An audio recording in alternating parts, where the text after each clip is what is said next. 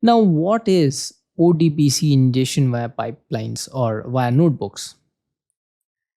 Imagine a universal adapter that lets different machines connect to the same power source. Just like this, the universal adapter is there. ODBC ingestion via notebooks works similarly. It uses ODBC drivers to connect diverse relational databases and bring structured data into Databricks.